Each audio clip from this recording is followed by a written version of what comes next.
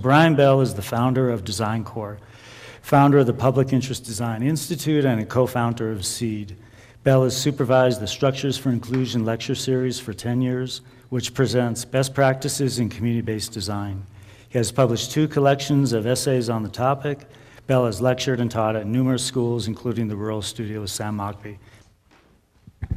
Thank you, Mark. That makes me extremely nervous. But I will say that it is wonderful to be here with you, Mark. We do go way back now, and for those of you who know Mark, I can describe Mark in two words as the real deal, and I think it's great for me to meet people like Mark that inspire me, and it's great to see him in this role of sharing the great work that he does with students here at UNM-Taos and with us all. And I can honestly say that probably after these 4 days, you're going to know more about this field than I knew after my first 10 years. And that's a wonderful thing. That's a wonderful thing. That's what we should be doing, right? We should be sharing what we've learned. And I'm going to start off quickly with my own story, just to kind of explain how I started. But I really don't want to talk about myself. I love to talk about these wonderful projects like OK Awingay. And really what I love to talk about is what we share. Because I think we're at a point now of collective action, which can have a much greater impact than any of us can have individually. So as Mark said, we share something. I'd like to talk about maybe what some of us share here, and maybe what you are finding you share with other people around the world. And so in my own story, maybe you'll find something that resonates about motivation or why you're here. So I started out as a pretty traditional track into architecture, Princeton, then Yale Masters, got the job I wanted in the country at Stephen Hall's office in New York City. And that's supposed to be successful. Well, I can tell you after about 6 months there, I said, if this is architecture, I don't want to be an architect. So that was a pretty fast midlife crisis to have, right? I mean, after, 7 years of education. And why I felt that way was I really didn't feel that the work was meaningful.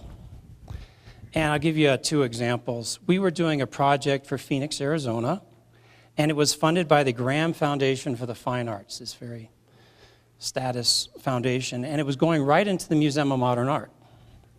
But nobody in the office had ever been to Phoenix, Arizona, and it never occurred to any of us that we should talk to somebody from Phoenix, Arizona.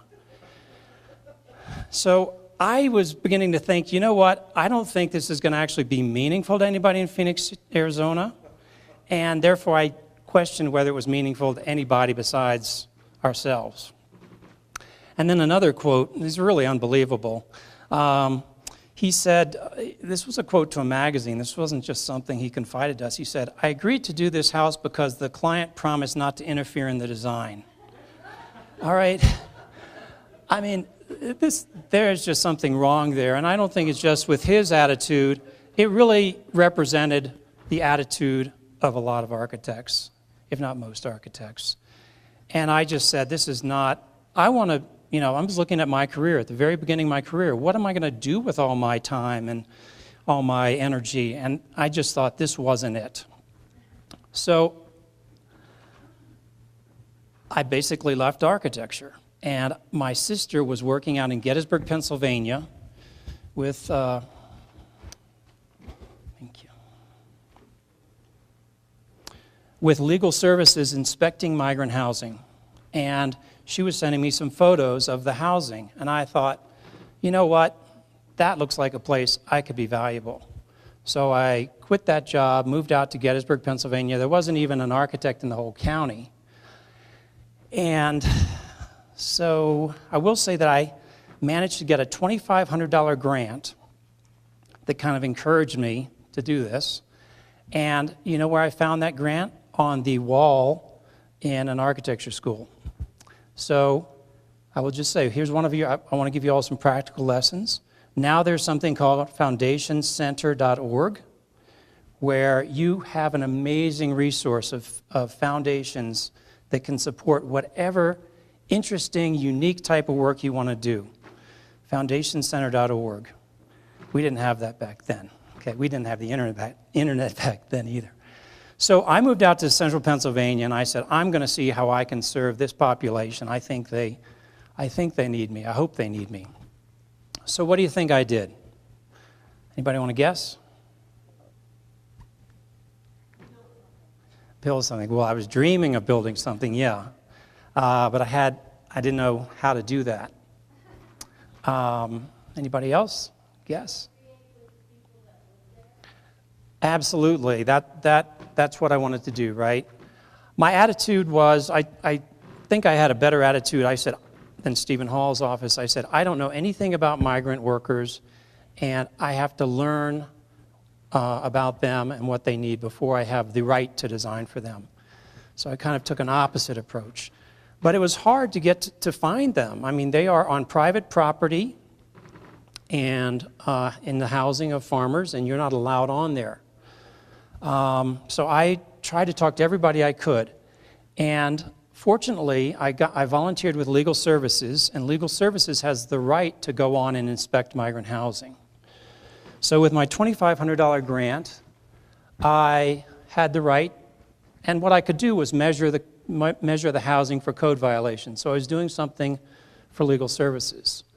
And so here's some of the housing. Outhouses meet code for farm worker housing.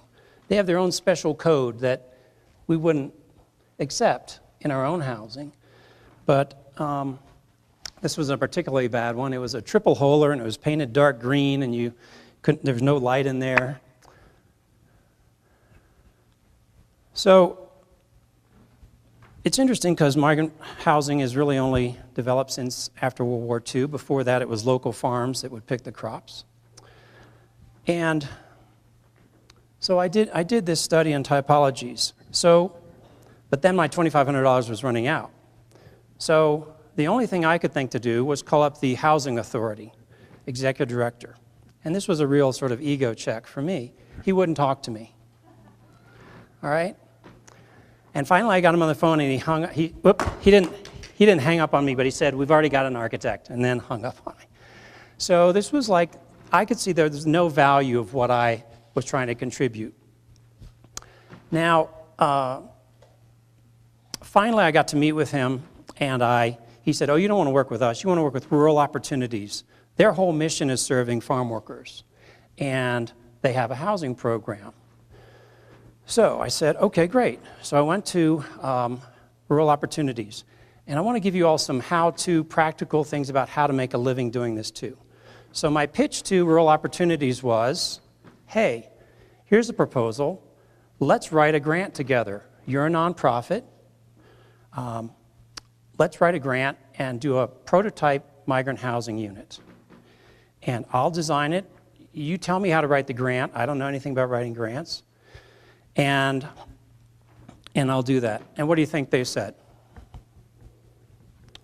They said, what the heck? I mean, I was asking them, this guy's crazy, but he's not going to do much damage. But then they actually said to me, hey, you know what? We've got a job called nonprofit housing developer. Would you be interested in that? I looked at the job description, no design on it, of course. And I said, well, here's what I'll do. I'll do your job description 40 hours a week, and then I'll do design and overtime.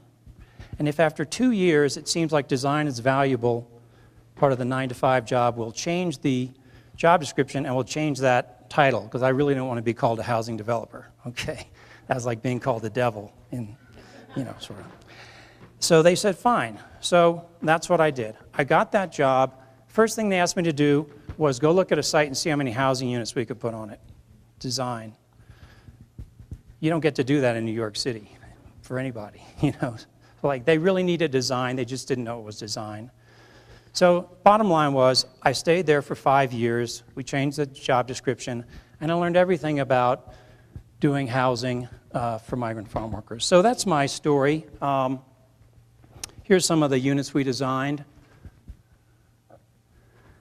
And what happened was, after 5 years, I started getting calls. If you pick something like this and there's maybe no other architect in the country doing this, you start to be an expert because there's nobody else, right? So I started getting calls from other places, and I I got a call from Florida Legal Services, and they said, hey, we just had a hurricane, wiped out all our, not all our housing, wiped out a lot of the housing in these certain towns.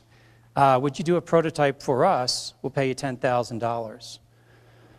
So I said, sure. And I did a design, and another thing I knew nothing about was manufactured housing. All designers like to think they can design mobile units, but it's actually very technical. So I teamed up with a manufacturer, and the first time we got a price on this unit was $75,000. I found another third-generation family-owned company, same specifications, $45,000 for this unit. It can resist 130-mile-an-hour winds, so you can put it anywhere in Florida except right at the coast, and migrants don't usually get to live right at the coast in Florida, so pretty much anywhere in Florida. The price point was so low on this that we could sell these directly without any government subsidy. So every time we sell one of these, we get $5,000. So back to the rural opportunities model. I've been paid to do public interest design for 25 years now. I just want to put that out there. And I don't do volunteer. I can't afford to, really. I will do some free upfront work in order for the project to happen, but then I get paid, okay? So this is really a profession, and I think that's really important because we're only going to go to scale when we're getting paid. We only have so many volunteer hours among us. Here's some other housing. So I continue to keep that attitude. Every time I get a new job is to say, I don't know anything about migrant workers, and I'm always trying to find what's poetic about the geography, the people that I'm working with, all kinds of wonderful, unique cultures involved. It's a real pleasure. I really, really respect and admire these incredibly hardworking people. It's a real privilege to serve them. So, back in 2000, after doing this work for 10 years and starting my own nonprofit, I said, hey, you know what? I've heard there are a couple other people in the country that are doing this work too, and maybe we ought to get together and share some ideas. And that's when I met Mark. And, whoops, what did I do? I turned it off. Sorry, wrong button. Don't push that one. Thanks. Let's see. Oh, back up. So I read a statistic in the newspaper that said only 2% of new homebuyers work with architects. And so here's where all the architects and the design resources are concentrated. And here's the rest of the world without any. So let me give you a real good business model, okay? Here's where all the architects are competing for jobs, and here's my clients, and I have no competition, all right? So, and I'm not kidding. I really am not kidding. So, I mean, I never enter a competition. I mean, I just make up my own competition and I win. I mean, it's, and instead of answering RFPs, I issue RFPs looking for partners. And you all should all consider issuing RFPs now instead of answering and competing for limited jobs in this little tiny sector. So this isn't just a business plan for me. This is a business plan for the professions of design, right? This is our future here. That may even be shrinking. During the recession, we saw that shrink, right? I mean, if we all love design and we want to do design and we want great jobs for these graduates, we need to look here. So that's one of the things I think we all share is the meaning of this work.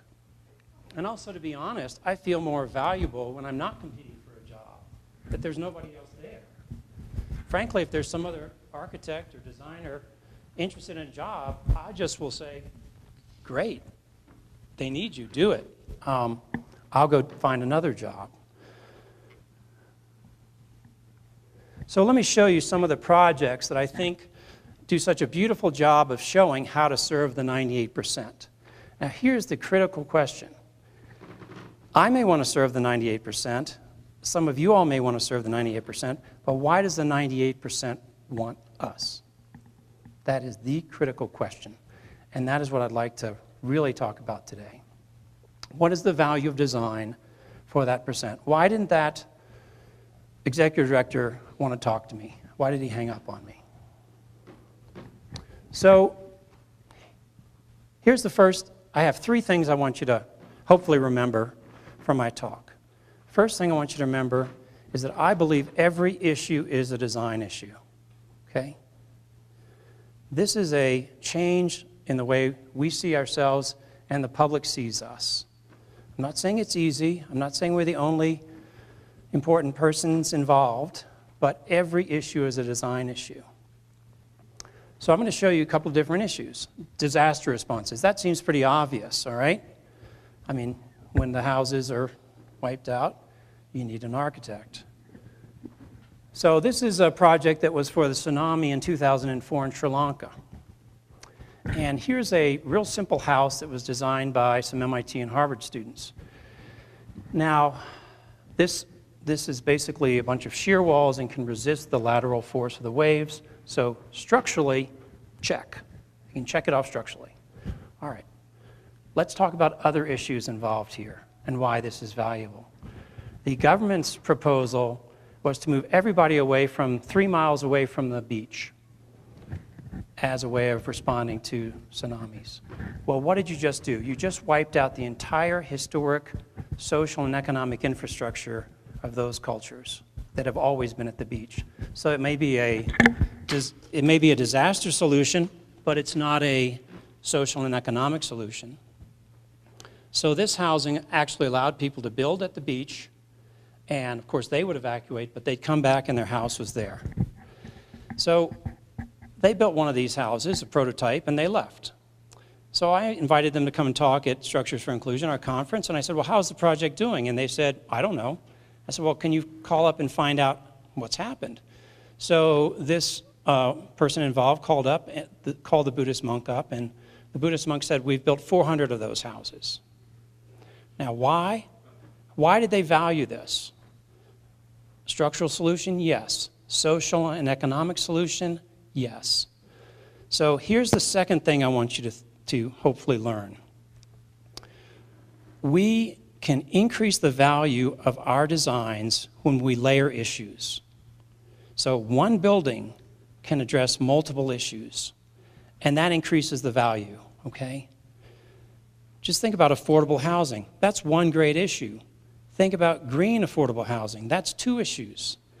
Think about affordable housing that also has a component of reducing crime, of helping the community's health, of preserving a cultural artifact, of providing job training. One building doing all that.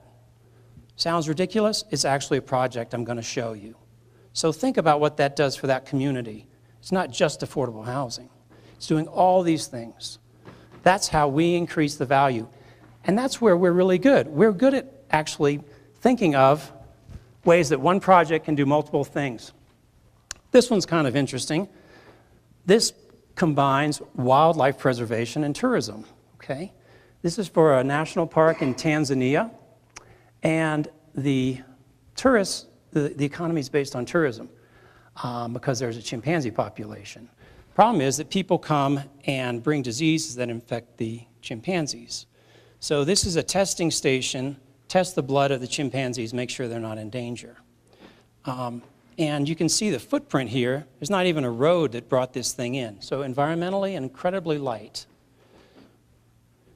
They also tested to make sure there was no heat footprint from the equipment. Then they didn't just stop there. They made sure that this sort of low-tech transportation system could bring it to the park. So creativity required. Think about, I think this is the highest and best use of our creativity, to be honest with you. How can one project address tourism and chimpanzee preservation? Figure it out. It's a great challenge. That's where our creativity is really challenged. What about an issue like jaundice? Who thinks of jaundice as a design issue? Probably nobody. Well, look at this project. Jaundice is an epidemic. 60% of newborns have it, 6 to 10% of infant deaths are from it, 5.7 million untreated cases in Asia. But the solution is really simple. It's blue light. So why are these problems still happening? Well, I can tell you, you don't find out by sitting in an office in New York City. What do? You go out and find out the people who know. You go and talk to the other people. This is the opposite of Stephen Hall's attitude that we know everything about everything. We don't know anything about jaundice. So this nonprofit, Design That Matters, went to Thailand and met with experts, the people that work with these babies. And what they found out, there were 2 reasons that these were still happening, these deaths, and there can be brain damage from prolonged jaundice. 2 very natural human reasons. First of all, you have a baby that's in the intensive care unit. The mother wants to nurse the baby. So what does the mother do? Go get the baby and take the baby back to the bed to nurse. Pretty basic human thing to do. Maybe the most basic. Secondly, you see a sick baby in an ICU, you put a blanket on it. Well, both of those things were removing the babies from treatment. And that's what they found out. So this unit, you can see that the light also comes from below. So if people, by mistake, put a blanket on top, the baby's still getting the treatment.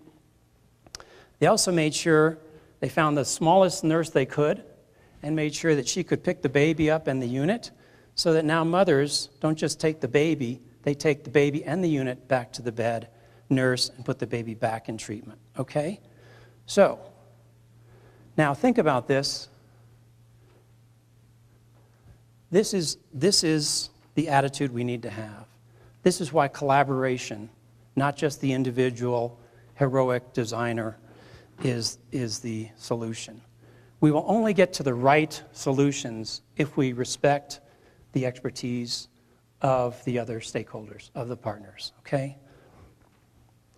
Now, Mark asked me to show this project. This is a wonderful project in New Orleans, Louisiana, my hometown. After Katrina, the city park, which is designed by Frederick Law Olmsted, they had 3 golf courses before Katrina, and they said, maybe we don't need 3 golf courses. So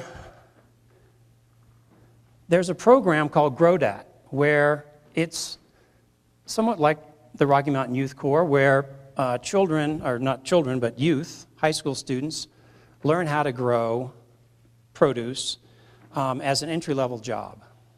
So it's job training, but it's also about health, right? The woman who started it wanted to provide an alternative to working at McDonald's, so that's how she started it. Now, what does architecture have to do with that? Here's their new facility designed by the Tulane City Center. They have a kitchen, they have classrooms, it's built out of containers, and it's in City Park. Now, why would City Park let something like this happen? Because it's a public park. This is for the public. So now you have a university, a city park, a nonprofit, and city youth all together as a collaboration. What do you think happens to the value of a project every time you add another stakeholder? You increase the value. So the second way, the first way we increase the value of a design project is by layering issues, by having more and more issues addressed by a single project. The second thing I want you to learn, hopefully, or remember from today, you increase the value of a project by layering stakeholders. So the park said, this is great. We'd love for our park to be providing healthy food to communities and teaching our youth how to grow produce. So those are some examples of projects that I think are increasing, well, I know they are increasing the value of design for the public. Okay, so those are little introductory examples. Now, what I want to talk about is this shared ideas here. And I felt I left architecture. I told you that. Now what's happening is architecture wants to know what we're doing. Okay? which is very curious. So now I'm being invited to speak at AIA, after thinking that I left. Now I'm being asked to be like keynotes and at the AIA because they also realize this is, 30% in our survey that we did, 30% of architects went into the profession to serve the public. And most of them have not found the most meaningful ways to do that. So the actual profession in AIA gave us a $100,000 grant to research how people were doing this. And this is an interesting example. This is one guy's career. Here you see his for-profit firm, and here's the beginning of the recession. Here is his nonprofit firm, and it just continues to grow like that. In fact, his firm was so successful that the city of Dallas said to him, hey, you know what? We'd like to put an office, would you start an office in City Hall? So that's what that blue line is. After 2 years of doing a single project in Dallas, City Hall has hired Brent Brown to run an office in City Hall. So that is how we start to demonstrate. But I love this diagram because it just sort of shows the potential of jobs in this field. So what is this field? It's funny, after doing this work for 23 years, I still didn't have a real name to call myself. I was either the alternative career guy or the alternative practice guy. But 2 years ago, we started using the term public interest design, and so now I call myself a public interest designer, and it's very nice to finally have something to call myself. One of the things that sounds ridiculous, but unfortunately it's true. One of the things we did in this survey was start to talk about what does this term mean, because we wanted to have a collective process of defining it. And so to me, two of the results that came out of that research were these statistics from a survey of the entire AIA membership. So we said, what do you believe is a valuable practice, a mission for the practice of public interest design? And 77% of the responders said, every person should be able to live in a socially, economically, and environmentally healthy community. And then we said, what are the principles that we should aspire to in doing this work? And let me read these to you. Advocate with those who have a limited voice in public life. Build structures for inclusion that engage stakeholders and allow communities to make decisions. Promote social equality through discourse that reflects a range of values and social identities. Generate ideas that grow from place and build local capacity. Designed to help conserve resources and minimize waste. Now, I won't go into the whole process of how these were originally selected, but they were selected democratically. And I can say for me personally, I had never had written down anywhere what I was trying to do in my career until this. So for me and for many of us, it's really wonderful to see these concisely put down. The problem with that, if I don't know what we're trying to do, how on earth am I going to explain to the public why they need me or what value I have?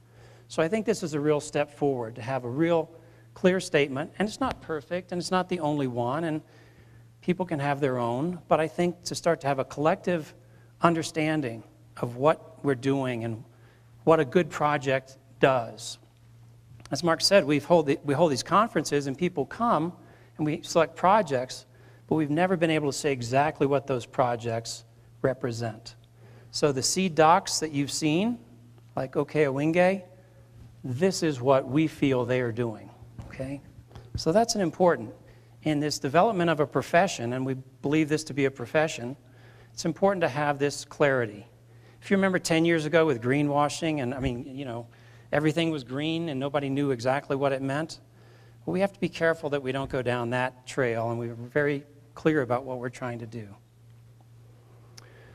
So that's the definition I use for public interest design. You certainly see the triple bottom line, social, economic, and environmental. So let me show you Exhibit A, okay, of public interest design.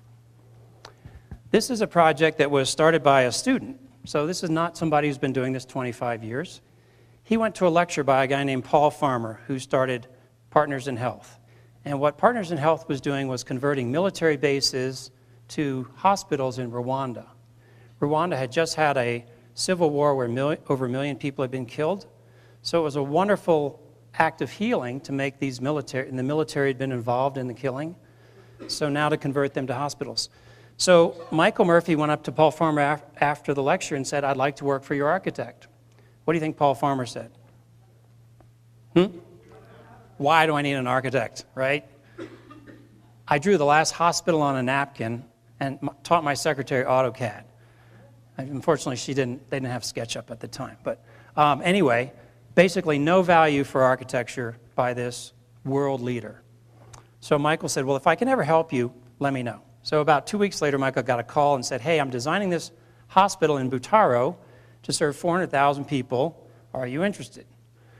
Now, Michael had, probably everybody in this room has done more design than Michael had at that point. He had basically painted his father's house. He called it redesign, but as far as I could tell, it was painting, okay?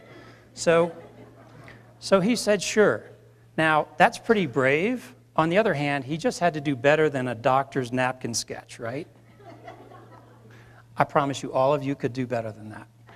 So what he realized immediately was that the hospitals Paul Farmer was designing, people were going there and sharing communicable diseases and getting sick. Design was directly defeating Paul Farmer's mission of health. So he spent a couple years designing this hospital. Now, this was a seed project from the beginning, so it wasn't only about health, it was also about employment. So they hired 4,000 local people to build this hospital. You know what the cheapest way to build a hospital in Rwanda is? You hire a Chinese company that comes in with Chinese workers, they build it, and then they leave. So if Paul Farmer's taking that napkin sketch and only deciding to go with the lowest bid, that's what you get. But Michael hired local workers. They hired 4,000 workers.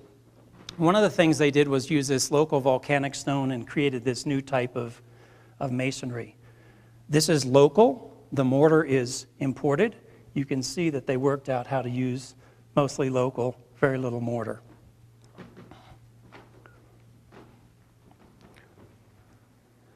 Now, one of the things this does, it uses natural ventilation to reduce the communicable diseases transmission. And they have what's called, the company's called Big Ass Fans, which is up here. It's a very efficient way of slowly moving air. And they actually have UV things that kill the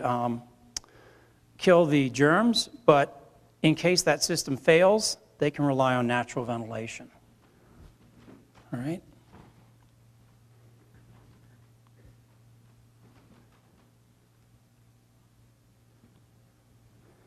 So, Michael graduated 4 years ago. Michael did this one for free. Paul Farmer got it. Michael now has an office of 45 paid people.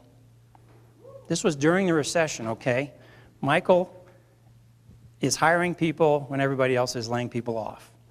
Now, let me just make a point here. Paul Farmer was in the 98%. The 98% just doesn't mean you didn't have a fancy education. It was that executive director at that housing authority. It's a lot of important people that we need to understand what we can do for the people they're serving in wonderful ways.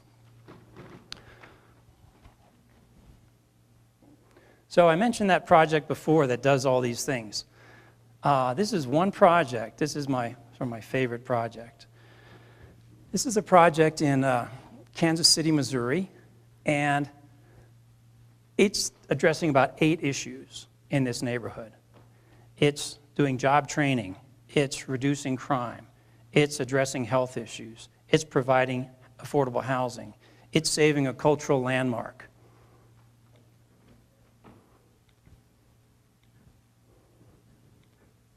Now, where did those 7 issues come from? Not by somebody making it up in their office, but by having intense participation by the community in what their priorities are. So it's not only a design project addressing multiple issues, it's a design project addressing the highest priority issues of that community. How do you find that out? You go and talk to the community. Otherwise, you could address 8 issues and they could be the ones that they don't care about. Now, let me give you an example. You see housing here?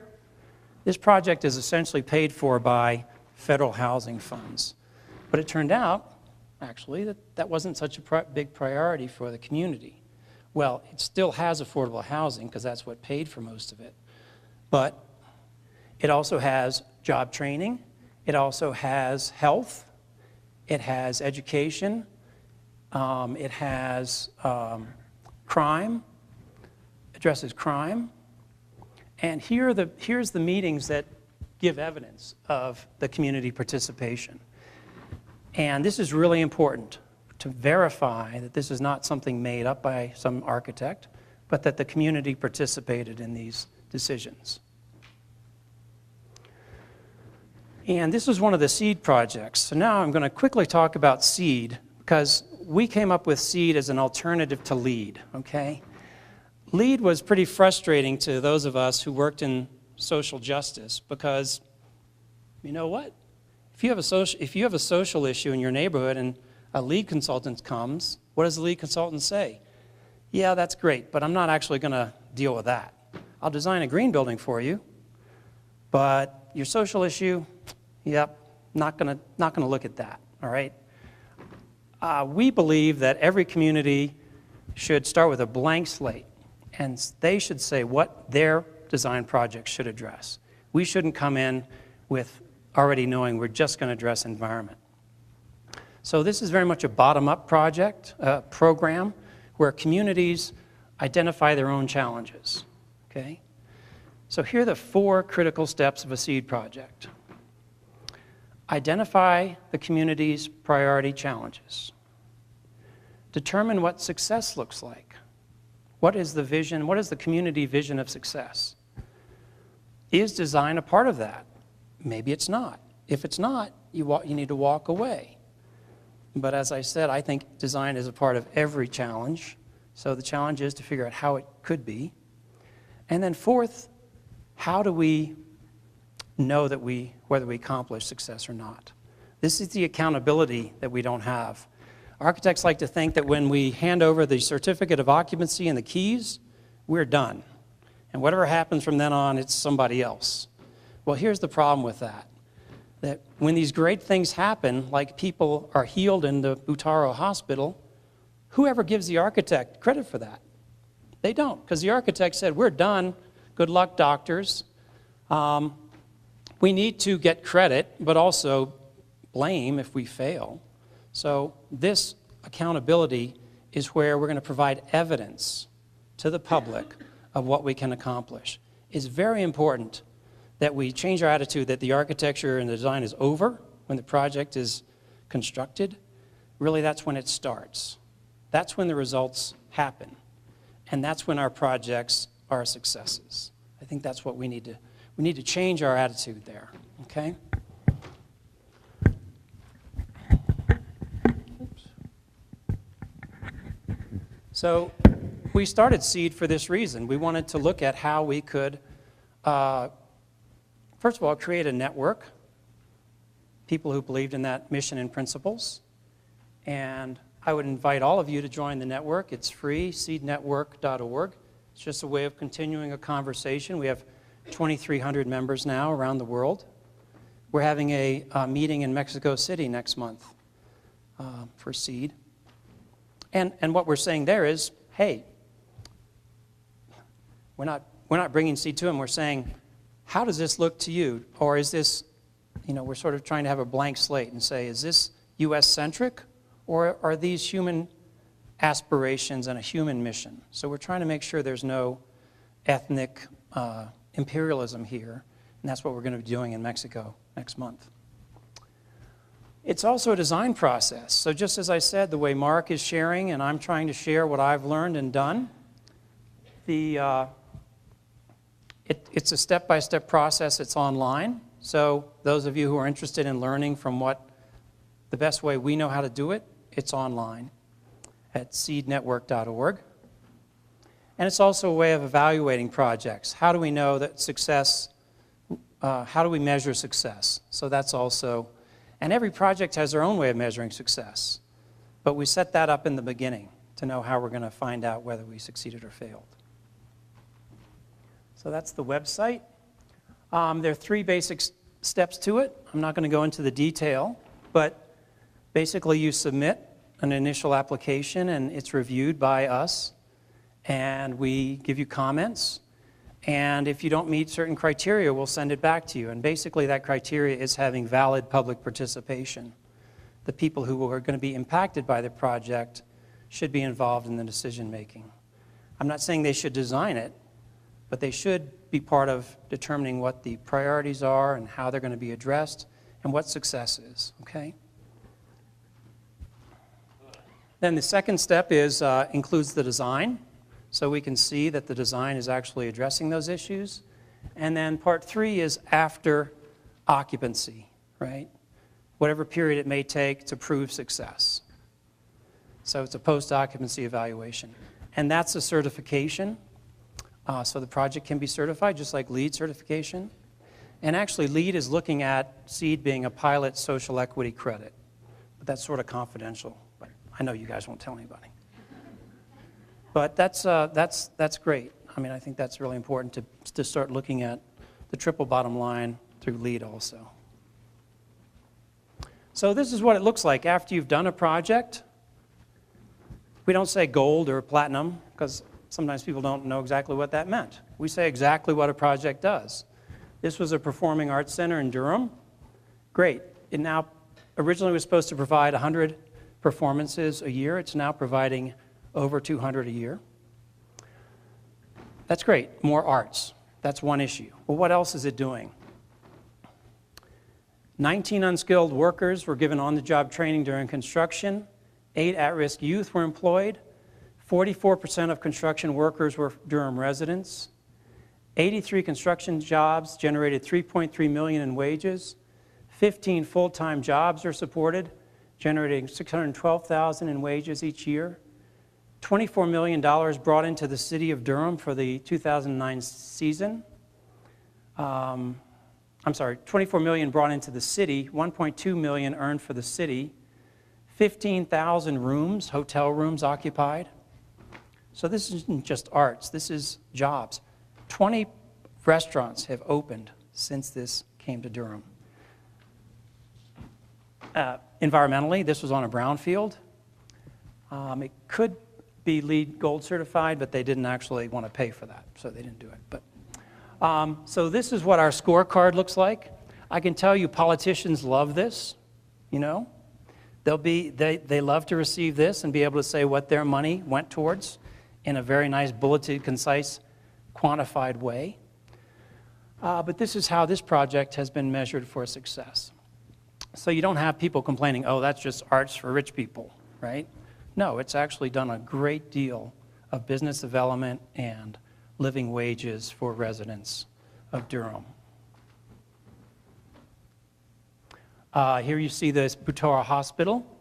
It isn't certified yet. They're actually doing the study now on how much they've reduced communicable diseases. That's a kind of hard one to do, but they have funding from Public Institute of Health.